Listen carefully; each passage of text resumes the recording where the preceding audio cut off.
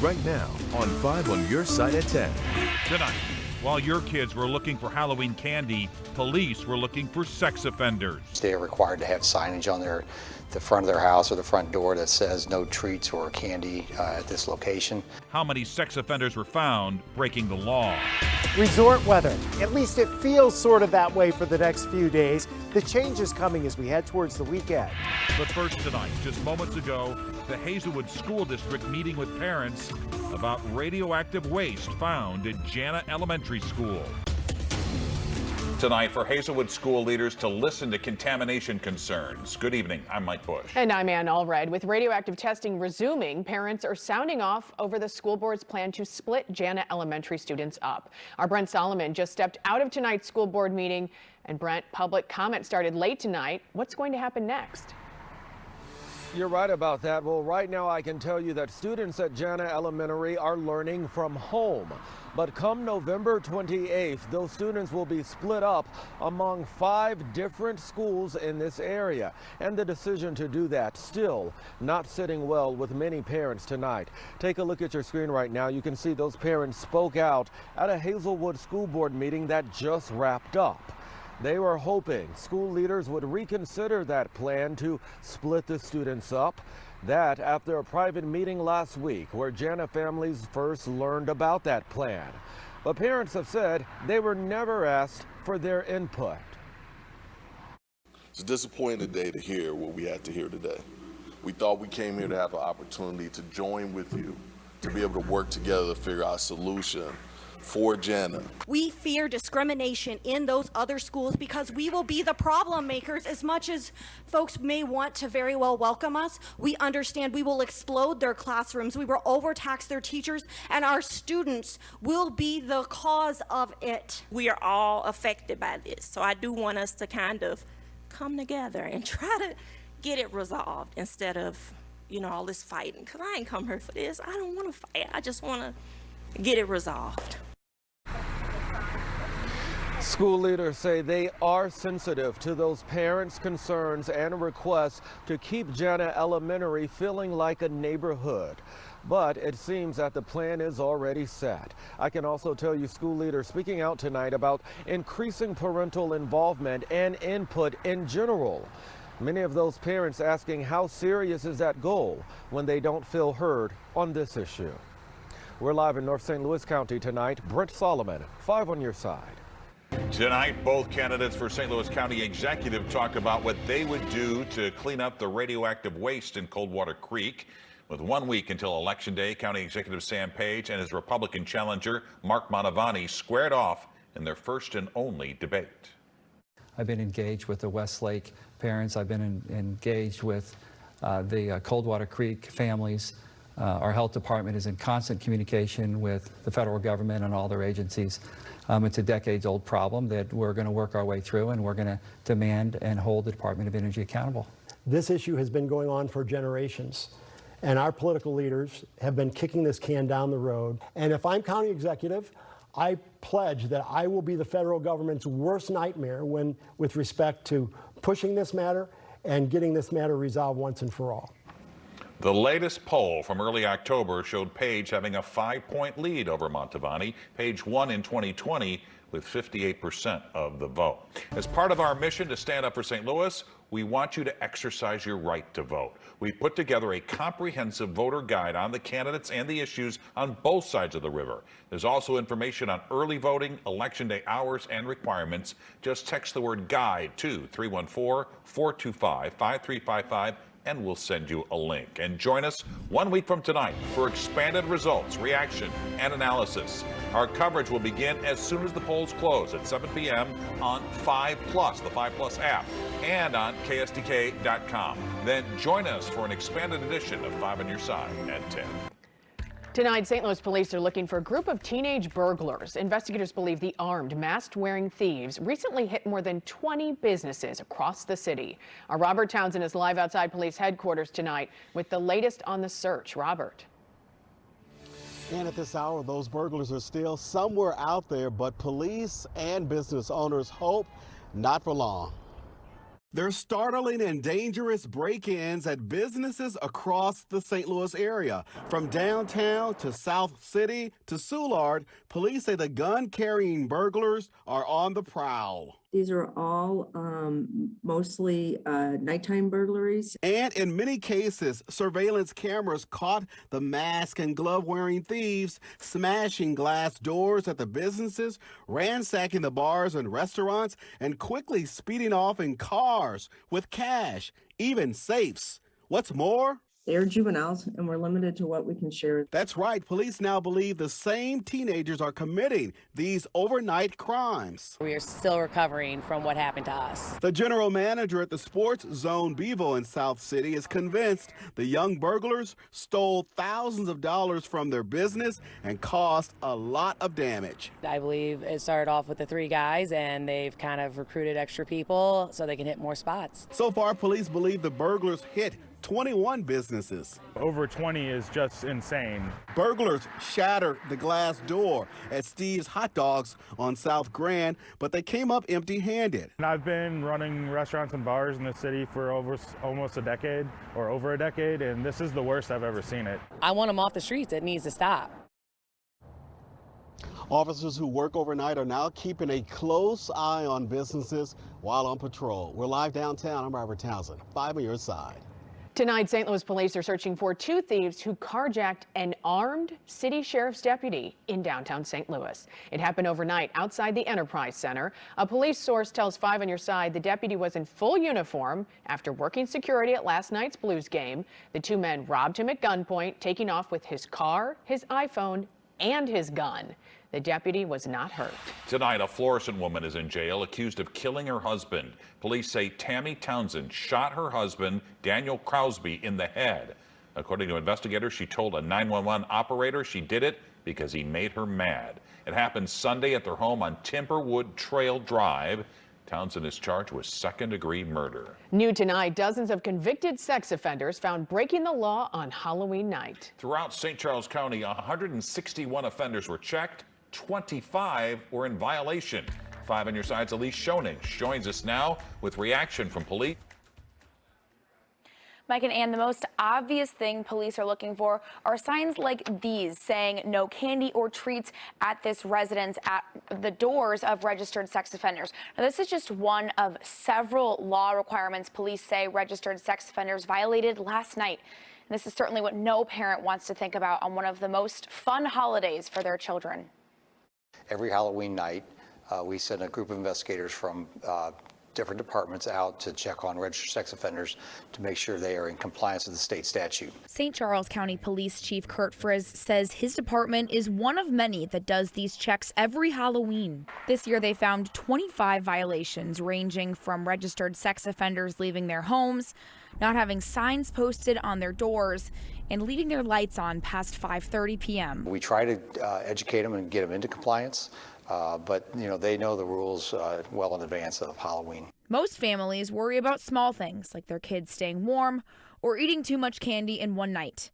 But advocates say the holiday needs to be an eye-opener. Last year, we saw 1,224 kids who were a victim of some sort of crime, most of which all were targeted by an adult who wanted to take advantage of them in some way. Child Advocacy Center's Amy Robbins says the warning signs are alarming. When someone wants to spend more time with your child than you, when your child comes home with gifts or things that you did not purchase for them, when they are secretive about things that they're doing on their phone. And she says Halloween night can bring its own warning signs for parents and anyone in the area. Whether it's looking for a teenager who may be dressed in a costume that is meant for an adult, just so they can take advantage of it in that way. Robbins reminds us this danger is not specific to Halloween. About 90% of the time what we know is that the perpetrator is someone that we call the 3 L's, someone that they like, love, or live with. If you think that your child or another child you know could be a victim, the Missouri State Highway Patrol has a list of registered sex offenders and where they live for you to check. And we have all those details on how you can find that information on our website, ksdk.com. Tonight, the St. Louis Metropolitan Pandemic Task Force is warning about a triple-demic. the flu, COVID, and RSV. St. Louis health officials say RSV cases are filling up children's hospitals. Doctors say now is the most active season for these cases to increase as we approach winter.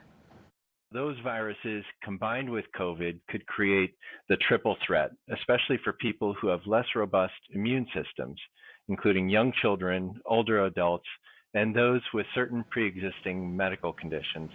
RSV usually only comes with mild cold-like symptoms. Doctors say they're seeing more children get the virus this year because of COVID mitigations over the past few years. Tonight, there is hope on preventing RSV. Pfizer and Washington University are working on a RSV vaccine for newborns. Pfizer claims its experimental vaccine has shown an 82% efficacy against severe illness for infants up to 3 months old. It also cut a baby's risk of needing to see a doctor for RSV by half. Pfizer says it hopes to get FDA authorization by the end of the year. Warning signs. The Central BPA shooter's family wanted his guns taken away. Police say their hands were tied. The red flags were there, but the red flag law wasn't. Tonight, the I-Team looks into the renewed push for gun legislation in Missouri.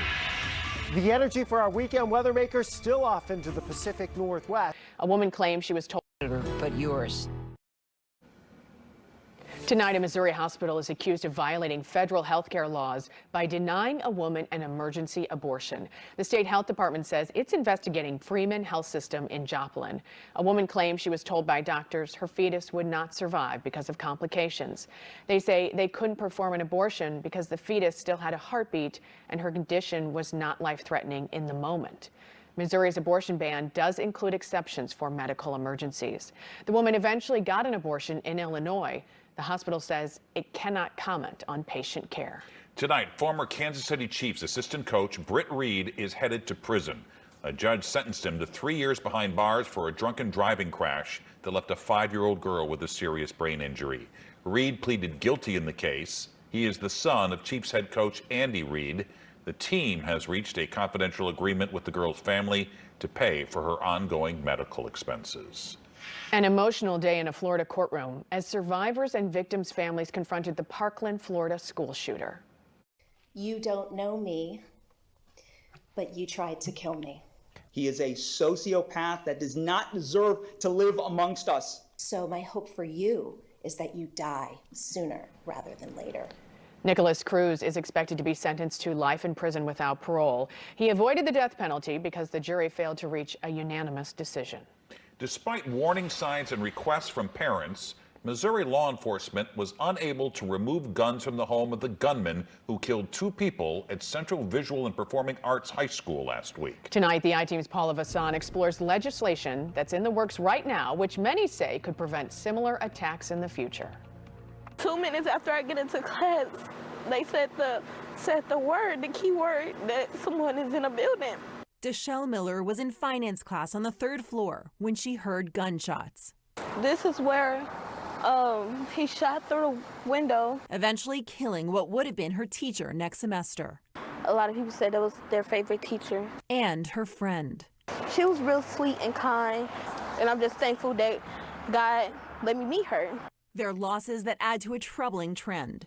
Data shows more people have been injured and killed in school shootings so far this year than in any single year since 2018, the first year of data we have available. Police officers had no tools. Missouri State Representative Ian Mackey says they're losses that didn't have to happen. If only the bill he filed last year had been passed. Which is a version of a red flag law, a law that several states, red states and blue states, have implemented to give police officers tools to intervene in a situation involving an individual who is at risk of harming themselves or harming others with firearms. 19 states and Washington, D.C. have adopted red flag laws, the majority of them coming after 17 people were killed in a mass shooting at a high school in Parkland, Florida. Mackey's bill never had a chance. This bill was never assigned to committee. This bill never saw the light of day. He says it's why law enforcement were unable to remove guns from the St. Louis school shooter's home, despite warning signs and requests from parents. The red flags were there, but the red flag law wasn't. Critics of the law argue it infringes on a constitutional right and would be meaningless. Here's Missouri Governor Mike Parson. And all the laws in the world are not going to stop those things when they occur, when somebody's a violent criminal and they go out there and commit a crime. But a new study from the University of California's Violence Prevention Research Program shows in 3 years, 58 mass shootings may have been prevented with the help of the state's red flag law. 6 of the cases involved minors, all of whom targeted schools. Research from the nonprofit Everytown for Gun Safety shows states with the weakest gun laws have the highest rates of gun deaths. Missouri has the 4th highest rate. How many more kids going to school and getting shot and killed is it going to take to pass these laws that keep kids safe? Representative Mackey plans to refile his legislation in December to create a red flag law in Missouri. We've reached out to our state senators, along with the incoming Speaker of the House, to find out if they'd support it. No response by our deadline. Tonight, there's a new way to show your support for Central VPA High School. Education Plus has partnered with Arch Apparel on this new t-shirt. It has SLPS for St. Louis Public Schools on the front with a rose. On the back is a heart and logos from other area school districts. The shirts cost $22 to $30 and are available 1 week only. Proceeds will go toward the school. We have a link under the As Seen on TV section at ksdk.com. Chief Meteorologist Scott Connell joins us now with the weather first forecast, and those temperatures that we're looking ahead to look awfully comfortable, Scott. Yeah, the next couple of days, we're talking temperatures back into the upper 70s, perhaps, for some of us. I mean, you know, it's almost like resort-like weather, let's be honest, for this time of year especially. And the other thing, you know, last night we were watching the fog starting to roll in here, especially on the Illinois side. Tonight, we have some high clouds over southeast Missouri, southern Illinois. They're just kind of flirting with the St. Louis area. That and the fact that we're not as close to the dew point as we were last night means that tonight the fog shouldn't be that bad. You know, your visibilities at times have dropped 3 to 5 miles. That's no big deal. It's not going to slow you down early tomorrow morning for the commute. There will be a few places that have some patchy fog, may even be dense in a couple of spots, but it's not going to be anything like what we saw this morning, especially going east of the Mississippi River. Right now, Lambert's coming in with 57 degrees. Some of our outlying areas already in the upper 40s. We managed to get to 76 for the high today. That's 14 degrees above average for this time of year. No rainfall today in the rain gauge. Not expecting any for the next couple of days, but we'll get a nice healthy dose heading into the weekend, we think for sure. All right, temperatures overnight tonight, low to mid 40s in the cooler spots, especially where the sky stays completely clear. That would include Troy up towards Bowling Green, back towards Warrenton. We get east and southeast of St. Louis. Those high thin clouds should tend to hold temperatures up just a little bit. Now, it is another gorgeous day. Middle of the week, mid perhaps upper 70s in a couple of spots. Winds fairly light tomorrow. They'll be out of the south at 5 miles per hour. And as we head through the end of the week, still 76, 77 Thursday and Friday. Big change, though, for the weekend. We're back into the 60s, still above average, mind you. But we do have a weather system for the weekend. Right now, that weather system is working its way into the Pacific Northwest. Jet stream taking a big dip here. A lot of energy is lined up out along the Pacific coast. That is going to dig in to the Intermountain region out west, slide into the southwest, slide into the southern plains.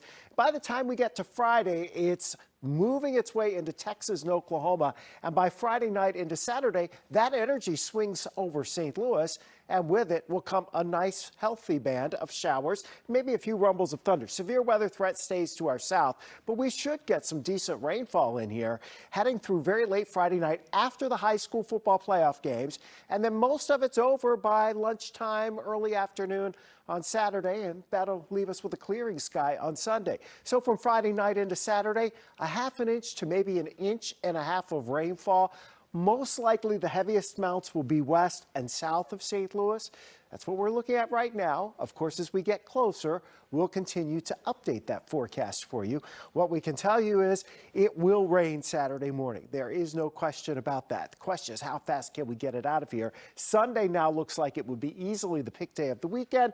Monday looks good. The chances of rain for the middle part of next week, including Election Day, seem to have backed off a little bit. Temperatures will cool off, though, towards the end of next week as highs get closer to average. But the next 3 days are just looking outstanding. And don't forget, pick up those 9-volt batteries, because we got to change the batteries out this weekend as we roll the clocks back in your smoke detector and in your carbon monoxide detector. Always a good reminder. You can't say that one enough. Thank you, Scott. Frank is off. Corey Miller joins us with what's coming up in sports. Well, the Cardinals had two historic transaction updates today. Coach Drinkwitz has some thoughts on 11 a.m. kickoffs, and we introduce you to one golfer proving that age is just a number. Stick around for sports. If you have a tip for the 5 on Your Side I-Team, call us at 314-444-5231 or email official transaction. City Marathon and Darius Bucker with a special announcement this week on Today.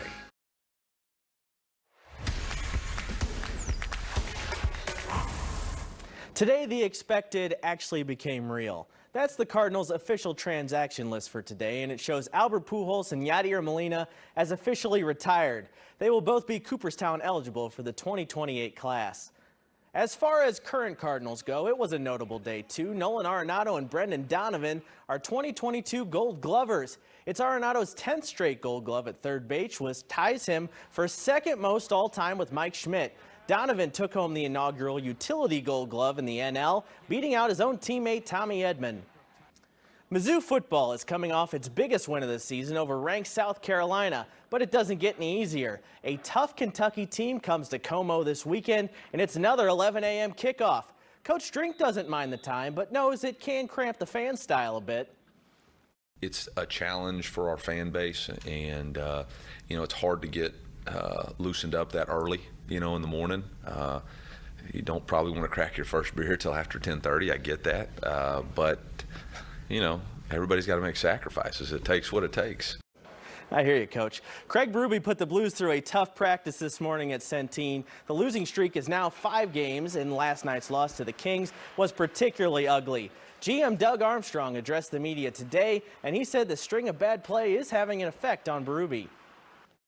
He has to be part of the solution. He's not removed from this, but he's not the reason that we're here. But he is the reason we're going to get out of it, and I got a ton of faith in him. But yeah, if losing doesn't weigh on you, you're in hockey just for a paycheck. Well, when you've been around for almost 10 decades, nobody would blame you for wanting to take it easy. But for 98-year-old Terry Jacoby, taking it easy isn't an option. And the way she lives her life on and off the golf course is an inspiration to everyone she meets.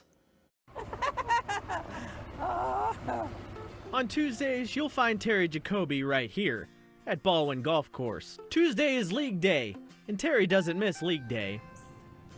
Colder days or really hot days, we say, oh, we don't want to play. And then a lot of us think, well, Terry's going to be there, so we're going to be there. There are no excuses from Terry. And oh yeah, when was she born again? February 27, 24. At 98, this former cadet program nurse in World War II has only been playing golf for the last 50 years, and she had a pretty clever reason to get started. My husband loved to play so much. He would come home from work and go off and play golf and leave me stranded with the kids. So I decided I had to learn how to play golf too. She was smart. She started playing so she could spend time with Dad and get out of the house and leave all the kids to my older sister Judy and I. And yes, she has some skills, but always stays humble. Lousy. I was always in the C group, but I just liked being out there. But her weekly golf league outings are about far more than just hitting fairways and greens. I just love all the girls so much. That's why I keep playing, because I want to see them and be with them. She's kind, she's loving, she cares about all of us, and all of us care about her. I'm 62, and I hope I'm exactly like her when I'm 98.